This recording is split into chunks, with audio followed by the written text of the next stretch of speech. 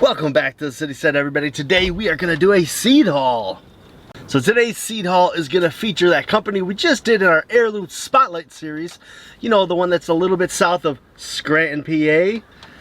That's right, we're talking about Chauly's favorite garden seeds.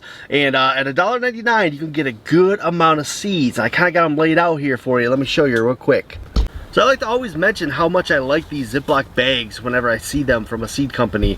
They're nice because you can close them up and you won't get moisture buildup inside of there. They're really easy to reuse. As the paper ones, they can get worn out. They don't really stick closed or anything, so seeds can fall out. Whereas these have a nice seal. You just seal it up and you're good to go. These packets can stick around and be reused many, many times over. Alright, so Chauly's favorite seeds is based in Pennsylvania, which means it's kind of regional to where we are. They're a little bit lower than us, but for the most part, kind of the same growing type season and everything. So if you're in that whole area, the Midwest type area, all the way up to like Maine, these are good regional adapted seeds for you to put in your garden. They will grow well for you because they are proven to grow in that area. So, what should we start with? Alright, let's do beans and peas because I've been buying a ton of those. So first we'll start with the black velveteen bean. This is a bush style bean right here. You can see it's got these nice black beans when you harvest them. These are dual purpose. You can eat them as young snap beans, or you can harvest them for these nice black looking beans that can be used in soups and stuff. So a good dried bean or a good fresh bean. Let's see, we got a rattlesnake pole bean. You guys know rattlesnake beans are kind of the rage right now.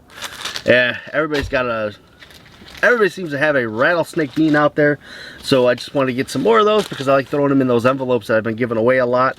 I got a dark green yard-long bean. Now I really like these yard-long beans. I think they're very cool how you can set them out in like a trellis, which is what we did last year, and we only grew a couple of them, so we didn't have a ton. But then when they were growing the beans, they were just hanging down in the middle of the archway, and I thought that was a really, really cool aspect of that one. Now let's get into, oh wait, I got one more bean left. One more bean. The Asian winged bean. If you've ever seen this, it looks super cool. It's got like four little kind of wings, basically. But it's a really interesting looking plant. I have yet to grow these, but it is on my list of things that are going to be out here this year. In fact, I might even start some in the greenhouse early. Alright, let's move on to this. We got some Winter Dixie butter pea right here. See that? This is like little lima, tiny little lima peas, or beans. Alright, we got the Wando peas. You see that right there? Boop. So I've been growing a lot of different kind of peas. The kids like peas. They actually eat these. They'll come out here and snack on them. And it's one of the first things that we can produce here in the north. So we definitely want to get some peas in the ground because when things start coming up, you know, it's nice to have some snap peas to start snacking on and start enjoying that garden goodness. The last one we got was this Mammoth Melton Sugar Pea.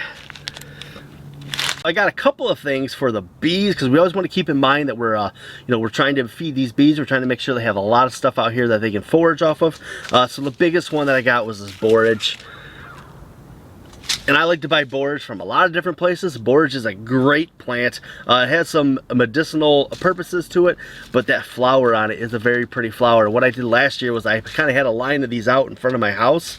And I'm thinking, you know, when it comes to edible landscapes, things that look nice that people won't complain about, this gorgeous little blue flower right here is definitely fits that bill that people will not complain about it. The other thing I got is parsley. I got some giant parsley.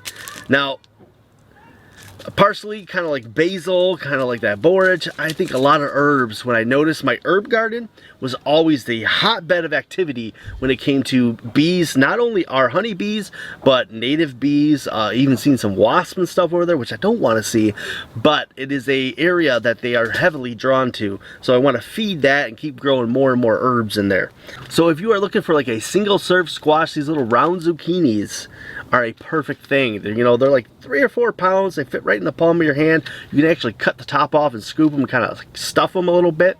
But it's really good if you're not growing for like a huge family. You don't need the 3-foot long zucchinis that can grow out of some of those. Those little round ones would be a little bit better for you. And we're also trying to store squash, so we gotta look for things like these winter squashes, these table acorn squashes. I had a few of these actually last us, and we ate them through the winter. Another one is this buttercup winter squash. Can't have too much squash. You just can't. It's so useful, and it's such a good, vigorous grower, producer. And if you can start storing a lot of those, you can't go wrong with it. It's just an easy plant to grow overall, even for like beginners and all that. Then we got a gray zucchini. Just a regular old zucchini, but it's got a little less color in the skin of it. Let's see. I got a Petch CM eggplant. Looked really interesting. So, you know, eggplant, I don't like the big globe ones. I normally grow like the skinnier type eggplants. But I saw this one. It was like a little tiny, smaller style green eggplant, but it was green. Can you see that? And I thought, man, that is really interesting. I would really love to try something like that. Found some new uses for eggplant this year, like ganoush, I think that's what it's called, and it was awesome. So definitely want to try to grow more of that. I got this little Chinese cabbage here. We're looking for cold weather. If you're looking for cold weather stuff, cabbage is a great one. Let's see, we got some garden bird Thai hot peppers.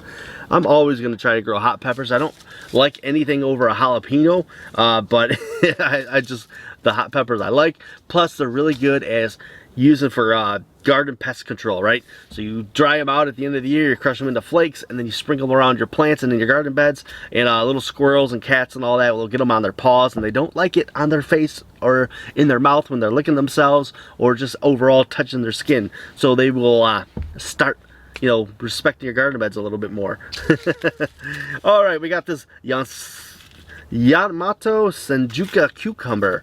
Now, I got this thing because it was really cool sounding. It kind of reminded me of like those snake gourds because it grows like 2 foot long. It's just like a 2 foot long, skinny slicing cucumber. So I thought, yeah, if I can get a huge cucumber, that might be a fun thing. And we do a lot of pickles and stuff, so definitely could use stuff like that. Speaking of the snake gourd, I got actual snake gourd seeds right here. So I saw these all over Papa Pepper's channel for a long time. He grows them and they grow massive and they're just crazy looking. So I definitely have been wanting to grow some of them. All right, let's go on to some greens. Check out this flame lettuce, guys. Look at that. What a fantastic color lettuce, and I really like to have fun colored lettuce. I got the Grand Rapids lettuce. It's kind of a basic lettuce, but the Grand Rapids lettuce is really good in our area, in our region. It's kind of called Grand Rapids. It's just a couple hours to the west of us. So I knew it would grow well here. Now I like having a good producing lettuce that we can have. Something new that I haven't seen before was this Citystead lettuce. It's like celery, but lettuce. So you pick the leaves off of that right there, and you eat all this leaves, and it kind of grows like a tree, kind of like that tree kale stuff does. So you just keep going off the bottom of it, and it just keeps going up and up like a little lettuce palm tree out in your yard. All right, look at this golden Swiss chard. You guys know how much I love Swiss chard. I'm always talking about it. Very, very good green. It's very useful, diverse. You can use it fresh, you can cook it up. So I'm always buying it, I'm always planting it, and I'm always giving it away. I got some pak choi seeds. My wife is a huge fan of this pak choi, and I have not been able to grow any for her, so I'm really hoping this is the year I can get some really good pak choi for her. And then I also found this that was sort of similar, and I thought maybe I'll give that a try. It's kind of like a yum soy, I think they call it, but it's a flower and brassica. So another little thing to try to pick up. We got this flower and leek. Really interested in these. So we had leek probably, I think for the first time I've ever had leek was earlier in the year, last year. We had ordered something from the grocery store, you know, one of those pickup ones, and they had put a leek in there, not the, I think it was bok choy actually. They put a leek and not bok choy, so we had to learn how to cook a leek, and it was actually pretty tasty. So we might grow some of those and be able to eat those ourselves. Now I got a couple different onions here. I got a couple bunching onions. I got like a long winter one, and I got this red beard bunching onion. You see the difference there. And bunching onions are good. They're like the onion you can sprinkle on your salads and all that. It gets a little kick, a little spice, but they grow really fast. You don't have to worry about trying to get out a big old onion bulb. A lot of less work goes into those and goes into actual onion bulbs. So that's what I'm about. Got a jalapeno pepper. Like I said, jalapeno peppers are my favorite of all the peppers, so I'm always getting those too. I like to grow a lot of jalapenos. I like to put them in my dilly beans. I like to put them in my cucumbers. I like to put them in my salsa verde.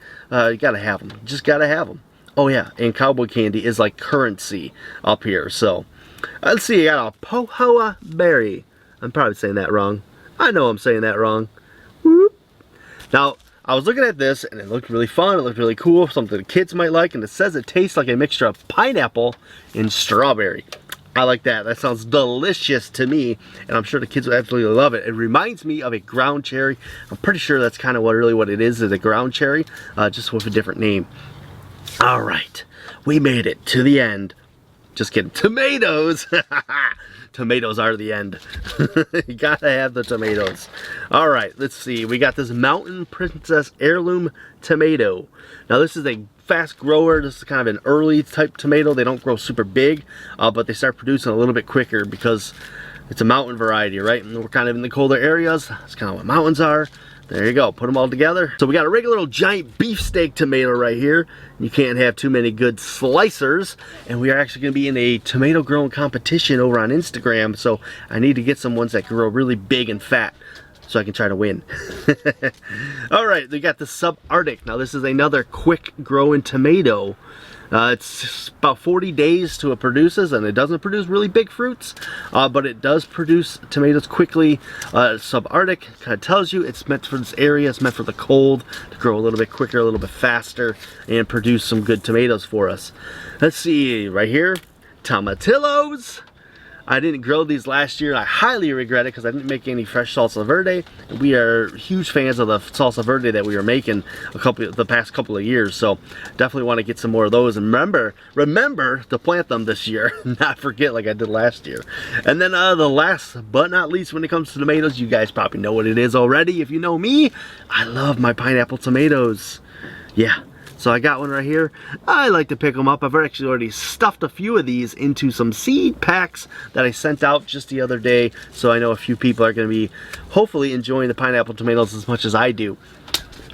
Bam! That is the seed haul, guys. We made it to the end. All right, man. Whoo-hoo. Go check it out. Chauly's favorite seeds. Like I said, they're kind of regional to the Midwest, northern eastern coast area, so very, very good. And also they're a little bit south of Scranton, PA, so you know there's just that fun aspect of it, you know. Just think of The Office all the time whenever I think of anything in Pennsylvania. All right, guys, remember to be bold and grow bold, and as always, I'll see you guys in that very next video. Peace.